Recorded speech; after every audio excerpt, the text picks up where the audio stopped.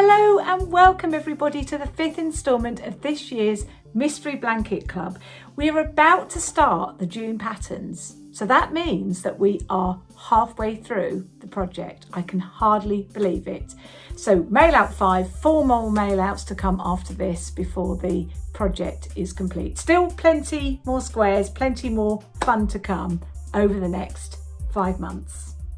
Now, I've just come back from France where I've spent a fabulous week in the company of some wonderful knitters, some of the Mystery Blanket Club members. I've included some pictures in the written part of the blog and a little bit about the workshop that we did. But I had a fabulous time.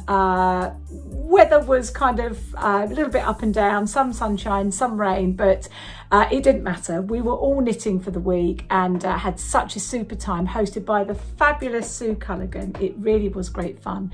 Now, what that does mean is that I only just got back very recently and the overseas printed patterns were sent on the 26th of May. They were sent out later than usual, later than what I would have wanted, but I had to be back home to be able to mail them with my online account. So just an apology if you are waiting for your printed patterns and they don't arrive by the 1st of June.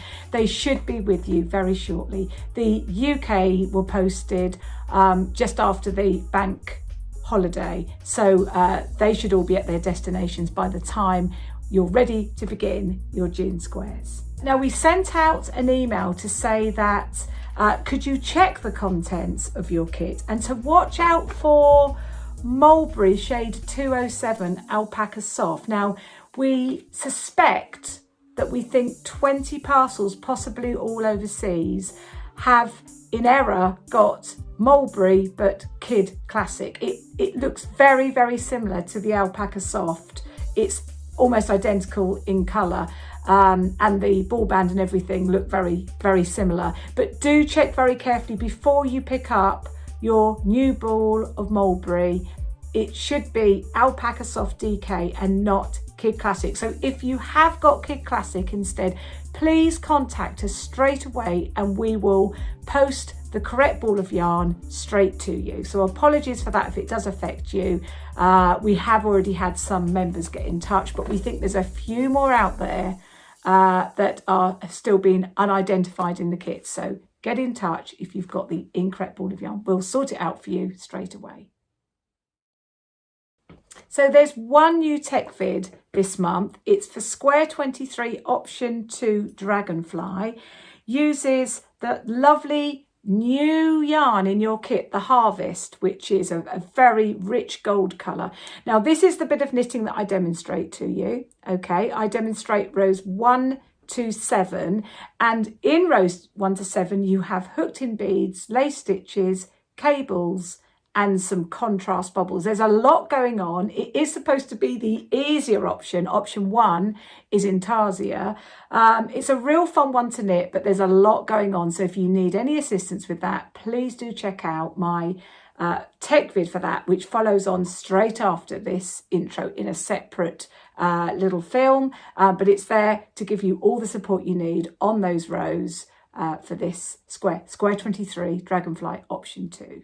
Now, before I go through the squares for this month and just give you a little bit of information about them, I just want to point out that on pages 7 and 9, which is Square 2, Hawthorn 2, Option 1 on page 7 and Option 2 on page 9, I say in the picking up instructions here to pick up along the cast off edge of Square 43. It's Square 1, it's not 43. You are knitting Square 2, so it's picked up from Square 1. Apologies for that, a typo there, but one that hopefully if you've already made a start on your squares, you've noticed that and realised that it's Square 1 to pick up along and not Square 43.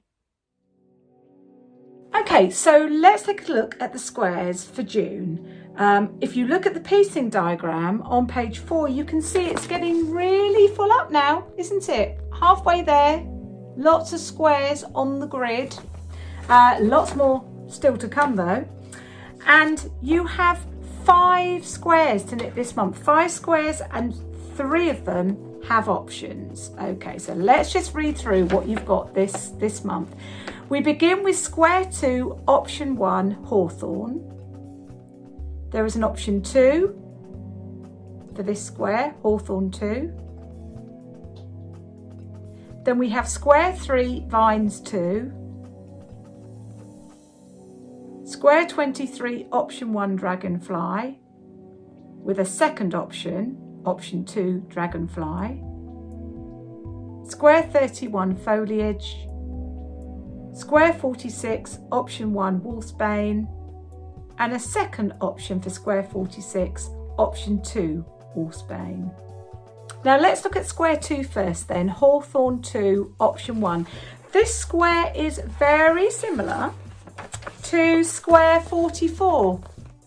Okay, square 44, both options here are similar to square 44, but the colours have changed. So barn red is replaced by ginger, and then there's several other colours that are also changed around. But it's essentially the same fair old pattern for option 1 and the same decorative slip stitch pattern for option 2. Now, I would suggest that if you knitted option 1 for square 44, that you choose that same option for square 2.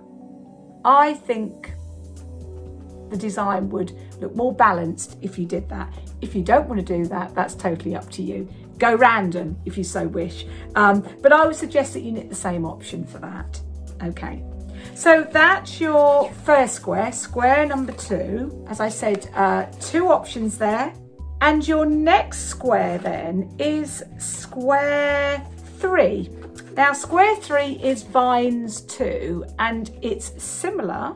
It's that cable pattern where the cables are going all over the place, similar to square 45 from a previous mail out. So it's exactly the same cable, exactly the same colour beads, but the yarn has changed colour. You are using Mulberry 207 for this square. The previous square was blackcurrant. Square 44 was blackcurrant. So you are, sorry, square 45 was blackcurrant. You're using Mulberry for Vines too. I had quite a few comments from members about this square telling me how much you enjoyed it. So hopefully you'll enjoy this return journey to the Vines square. Moving on then to the next square, square 23. This is our next creature, and we have the Dragonfly for option 1.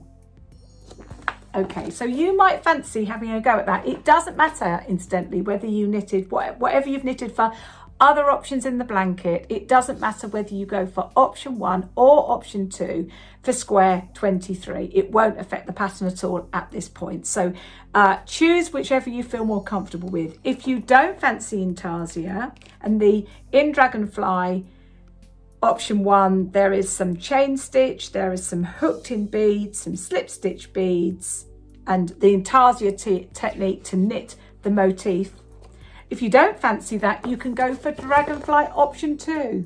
Okay, now this is the one that I've got the tech vid for. So there's lots going on, as I said earlier, but there is lots and lots and lots of support for this square. So this might be, the one that you go for. You don't have to stick to option 1 and option 2, the same options all the way through. Remember that you can swap your options about whenever you want to. Okay, so this is an opportunity for you to go for option 2 if you want, or option 1 if you want to knit some Intarsia. That decision is all down to you. Now there's a lot of red type and green type in this pattern. It's quite a lengthy pattern. It goes over quite a few pages, but hopefully it's all laid out really clearly for you. And you've also got a chart for that one. You can opt to work from worded or from chart. There's several rows where actually you have to look at both, but I'll leave that one with you. Have a think about which option you want to knit. The penultimate square then is square 31, and this is a new square, a lace and hooked in beads square. Basic lace stitches, hopefully you'll enjoy this one. I really enjoyed designing and knitting this one up. Hooked in beads, lime and emerald beads, and you're using that lovely turquoisey blue, the elfin colour, to knit the whole of this square. And finally, we have square 46 Wolfsbane, and there are two options for this square. Now, it's a similar kind of square to square 2 Hawthorn, but the fair roll section in the middle is different, completely different colourway for that square 2 in comparison to square number 2. And for this square, as I said, there's two options, but you can knit either option. It really doesn't matter which option you choose. Regardless of what you've done for all the other squares in the blanket, you could go for option 1 or option 2 for square 46. Okay, so they are your squares for this month. There's a mixture there. You probably need to, with all those options to choose from, you probably need to go away and just have a real good think about what you want to knit this month before you grab your knitting needles. Okay, but as always, the tech vids are all there to help you. And of course, you can always email me if you need any assistance or if you've got any queries about the squares. I'm always here. So drop me a line if you need any extra help. So in about 2 weeks' time then, the mystery cushion begins. So if you've signed up to that, there will be a separate blog with tech vids, all the support that you need for that club. We are in the process of sending the parcels out. So if you've signed up, you will be receiving your kit soon, all ready to begin on the 16th of June.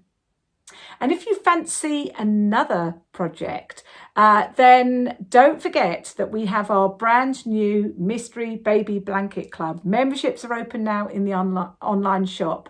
You have some time yet to sign up, to have a think about it, but you might fancy it if you've got a baby on the way or you know somebody that has, or you might just want to join another mystery knit along, and who knows, it might come in useful later on. So don't forget to sign up to that if you haven't already. Choice of 2 colourways, lots of information on our website about that. Okay, that just leaves me to say thank you for listening today. And I hope that you enjoy your June squares. There's 5 squares to keep you busy until we meet again on the 1st of July for the 6th instalment of this year's Mystery Blanket Club. In the meantime, please take care of yourselves, keep busy, keep well, keep healthy, and keep those needles clicking away until I see you next time. Bye-bye, everybody.